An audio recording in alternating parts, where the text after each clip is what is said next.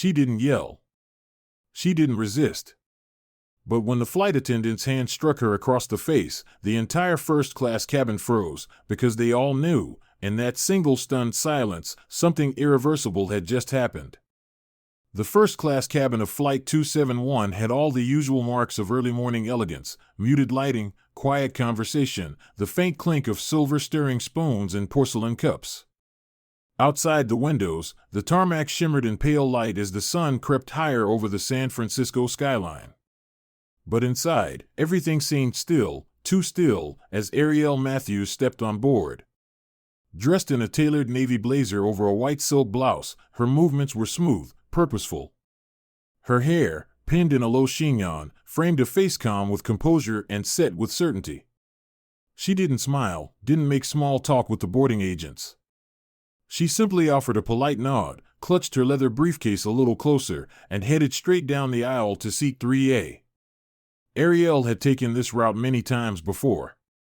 A corporate attorney with over 15 years at a top New York firm, she wasn't new to first-class flights or high-stakes travel.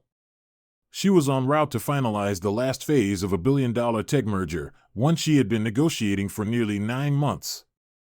This flight wasn't leisure. It was work. Serious, strategic, and intensely focused work. As she settled into her seat, slipping her tablet from the side pocket of her case, her focus sharpened immediately. She didn't glance at the other passengers. Didn't sip champagne. She wasn't there to be seen, she was there to think. But someone was watching her.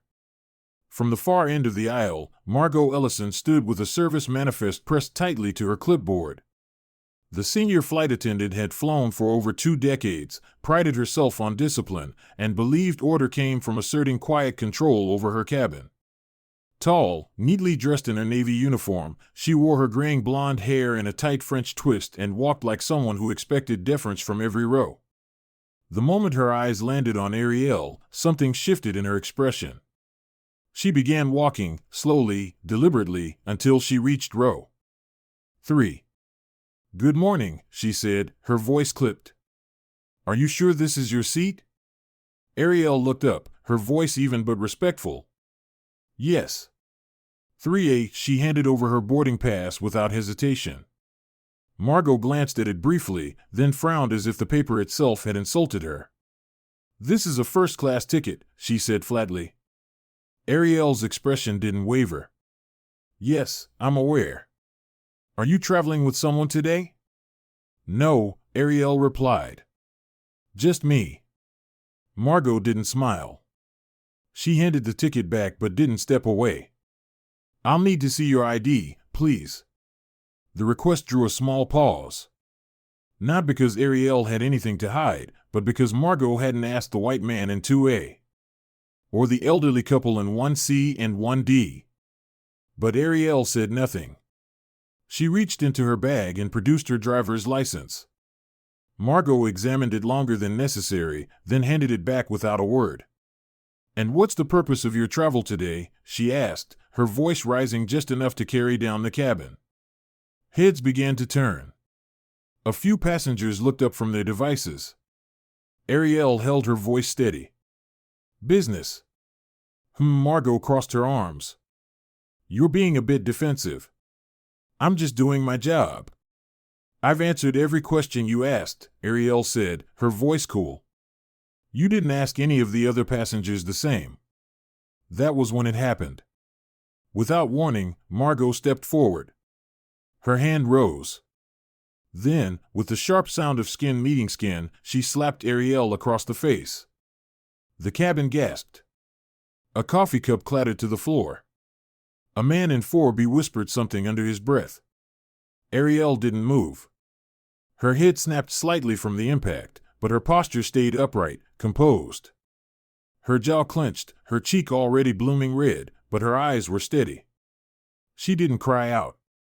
She didn't curse. She simply turned her face back toward the aisle, eyes fixed forward. "You raised your voice," Margot said loudly, breath-catching. "That kind of behavior is unacceptable in first class." Nobody moved. Not a word from any row. But in 3B, Just behind Ariel, Reed Langston calmly lowered his newspaper. The billionaire tech mogul, dressed in a charcoal gray suit and wearing rimless glasses, had been quietly observing since boarding. He didn't say a word, but his hand slipped into his breast pocket, pulling out a phone. His fingers moved with precision, tapping out a message with speed and clarity. Across the seat, Ariel's phone buzzed. She glanced down, read the message, "Say nothing more. I'm handling it now." She tapped out a reply, "She hit me in front of everyone." Another reply came instantly, and they all saw it. Which makes it even better. Up front, Margot returned to the galley, shoulders squared as if she had just extinguished a fire. To her, the matter was closed. She poured herself a glass of water, hands slightly trembling, but still believing she'd done the right thing. Behind her, Nina Clark stood silently, folding napkins for pre-takeoff service. Did she raise her voice? Nina asked softly. Margot didn't look up. She had an attitude, she said. She didn't belong there. I could tell. Nina didn't respond. But her eyes lingered on Margot for a long second. Back in row 3, Ariel locked her tablet. Her hands trembled slightly as she folded them in her lap. She refused to show emotion. Not because it wasn't there, but because she knew what this moment would mean. And not just for her. She stared straight ahead, the red imprint still vivid on her cheek. Reed leaned in slightly. "Are you all right?" he asked. "That," Ariel said quietly, "was assault." Reed nodded. "And she doesn't know it yet, but that was the last time she'll ever wear that uniform." A hush fell over the cabin. Some passengers looked down at their hands. Others flipped pages in books they hadn't been reading. They knew. They all knew what they had seen. But no one had spoken. Not one. And that silence, it said. Everything. Margot Ellison stood in the galley, her hands gripping the edge of the counter just a bit too tightly. The cool metal pressed into her palms, grounding her as she stared blankly at the beverage list taped to the wall. She wasn't really reading it. Her mind was racing, trying to rationalize, justify, quiet the gnawing unease that had crept in after the slap. She told herself she had done the right thing. She was maintaining order. Enforcing protocol. But deep down, even she knew, this time was different. Behind her, Nina Clark moved quietly, stacking drink cups with the practiced calm of someone trained to stay out of the way. But she had seen it. All of it. Ariel Matthews, composed and poised, slapped across the face without raising her voice, without so much as a single act of disrespect. Nina had worked enough flights to know when a situation escalated naturally and when it was manufactured from thin air. Did she really raise her voice? Nina asked quietly, still facing the tray she was organizing. Margot didn't answer right away. She was confrontational, she finally muttered. Not with words. With presence. You could feel it. Nina didn't reply. But her silence said more than disagreement ever could. Back in 3A, Ariel remained still, her fingers laced gently in her lap, her gaze forward. The flush on her cheek had faded slightly, but the sting lingered, not from the force, but from the violation. The room's silence, the weight of 100 unspoken thoughts, pressed around her like cabin pressure. And yet she didn't flinch. Behind her, Reed Langston leaned back in his seat, phone in hand, issuing orders through encrypted channels. His legal team had already received instructions. An incident report was being drafted. His airline contact on the board had been notified. And the captain, well, the captain would be hearing from him shortly. At the flight deck, the co-pilot glanced at the incoming alert on the communication panel and turned to the captain. "We've got a priority message. Langston's on board. Something happened in first class." The captain straightened immediately. "The Langston?" "Yes, sir." The message continued, "Attorney assaulted. Request immediate escalation. Executive directive follows." The captain didn't need more details. He keyed the intercom. Would the senior flight attendant, Ms. Ellison, please report to the cockpit immediately? The words echoed through the cabin. Margot froze. Her hand stopped moving. Nina looked up. They never call senior staff mid-flight unless it's, I know, Margot cut her off, her voice low. She smoothed her vest, adjusted her name badge, and walked briskly toward the cockpit. The walk felt longer than usual. Every step stretched. Every stare from the passengers felt magnified. She didn't meet anyone's eye. Inside the cockpit, the captain was waiting. Close the door, he said. Margot did. You want to tell me what happened in 3A? There was a passenger behaving out of line, she began. She was defensive, raised her voice. I acted to maintain order. Did she violate any safety protocols? No. Did she refuse to show ID or documentation? No, but did she physically threaten you in any way? Silence. No, Margot admitted. The captain inhaled slowly. You struck Langston's attorney. That wasn't just a passenger. That was the lead counsel to one of the airline's largest private investors. And you did it in front of witnesses. I didn't know. It doesn't matter who she is, the captain snapped. It matters what you did. He leveled his gaze at her. When this plane lands, you're staying on board for debrief. Security will meet you at the gate. And before that, you will walk back to that seat and deliver a public apology. Margot's mouth opened slightly in disbelief. In front of everyone? In front of everyone, the captain repeated. This is coming from the top. Her shoulders stiffened. Her face tightened. But she nodded. Slowly. And turned to leave the cockpit. The walk back was heavier this time. Her polished shoes thudded softly on the carpet. When she reached row 3, the silence grew thicker. Ariel turned her head, calm as ever. Reed folded his arms. The entire cabin seemed to hold its breath. Margot crouched slightly, forcing a tight smile. Ms. Matthews, she began, there's been a misunderstanding. I want to apologize. Ariel raised one hand. Don't reframe it, she said, voice measured. You hit me. Margot blinked. I may have overreacted. No, Ariel replied, her voice steady, slicing through the air like a scalpel. You made an assumption. That's not an overreaction. That's a decision. Murmurs rippled faintly across the cabin. Nina, standing near the galley, watched but didn't speak. Passengers across the aisle glanced, some averting their eyes, others leaning slightly, listening without seeming to. You're right, Margot whispered. I made a mistake. No, Ariel said again, her gaze unwavering. You made a choice. And everyone here saw it. Reed leaned forward slightly. Would you agree, he said, that this apology is public? Margot nodded hesitantly. Yes. Good, Ariel replied, her voice softer now. Then I expect it to stay on record. Margot stood up. Her cheeks burned. She turned and walked toward the galley, her steps less certain than before. She didn't speak again. The cabin was still. People shifted in their seats, but no one said a word. The tension was no longer awkward. It was heavy. Nina leaned against the counter, arms crossed. They didn't raise their voices, she said quietly. You did. Margot didn't respond.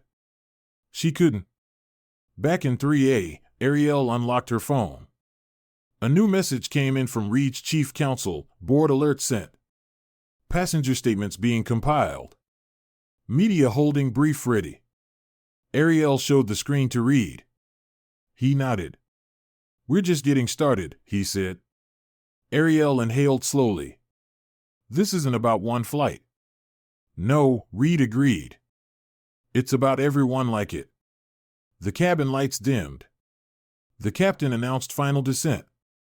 But nothing felt like closure. Not yet. The apology was over. The process of reckoning had just begun.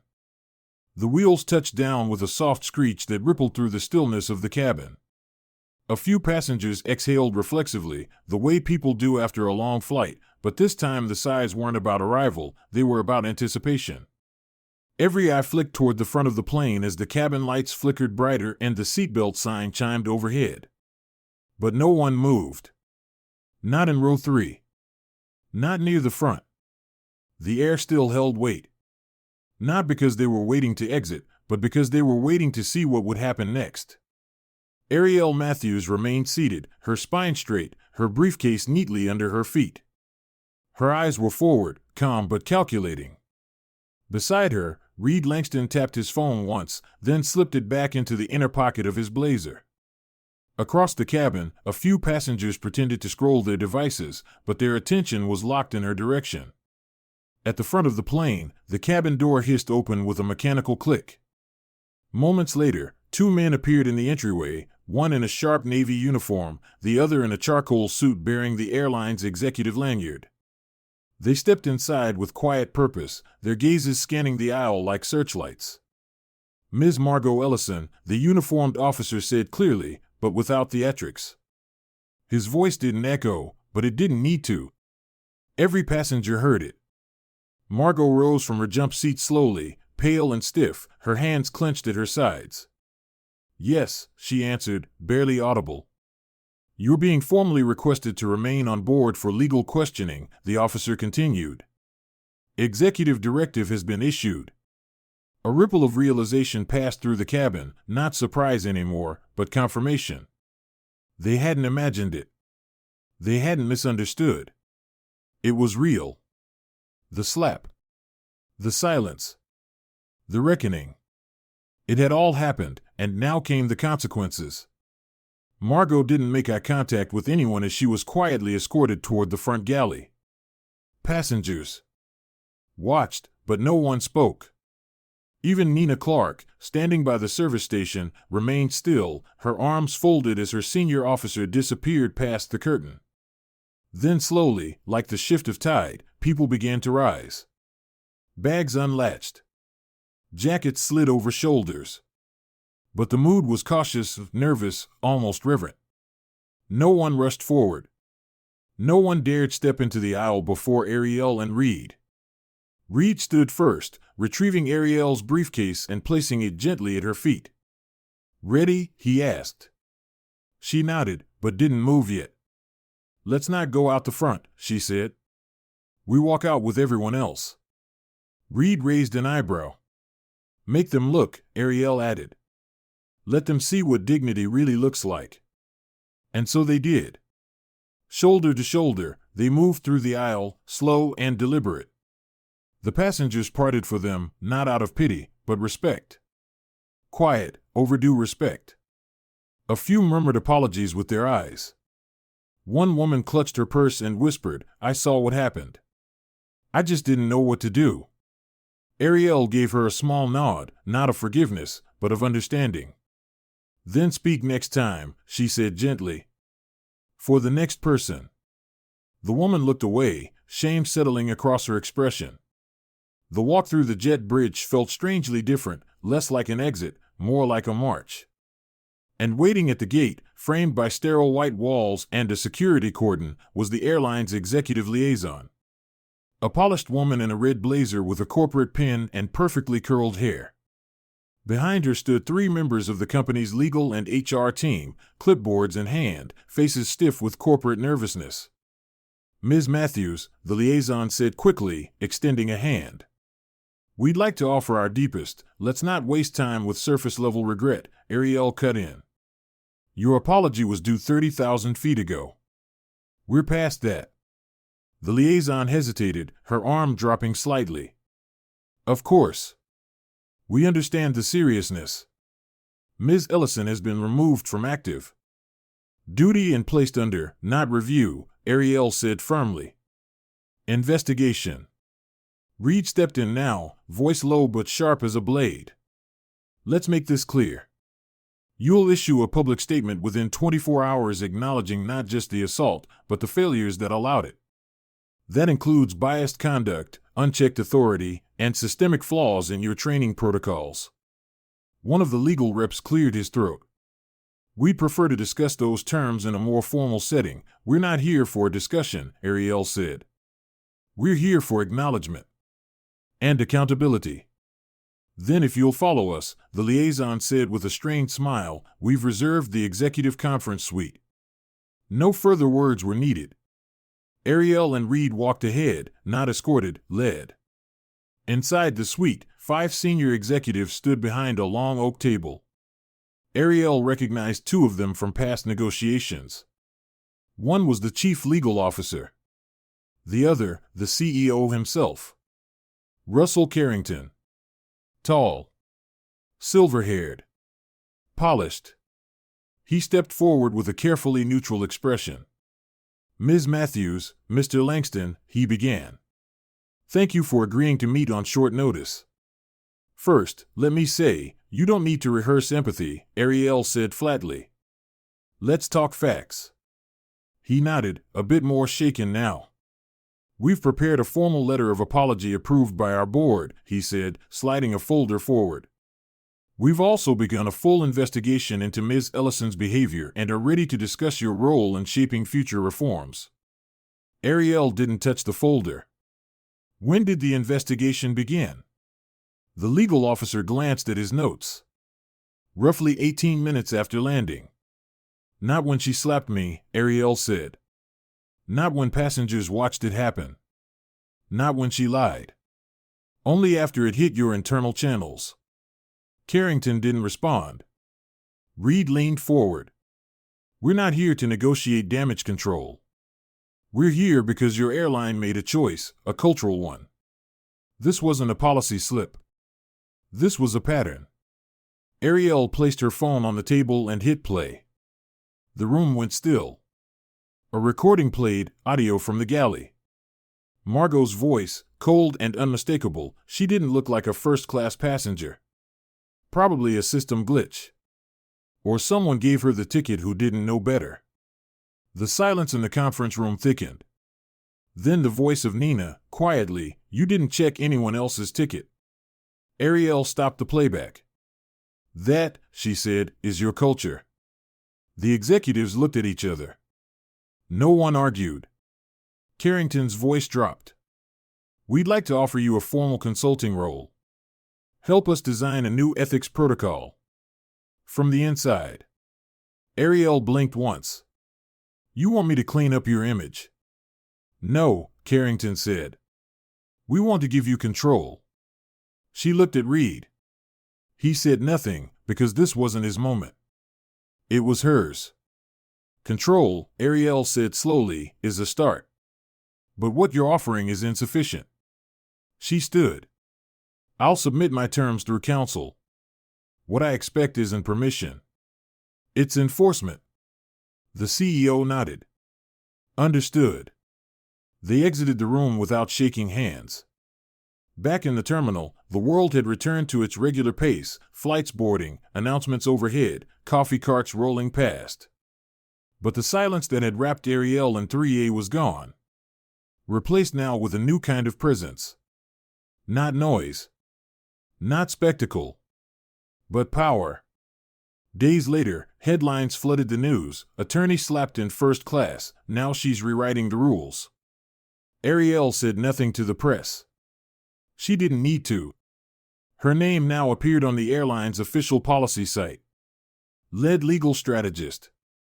Ethics reform architect. Passenger rights enforcer. 3 weeks later, she boarded another flight. This time, seat 1A. She wasn't questioned. She wasn't watched. She was welcomed.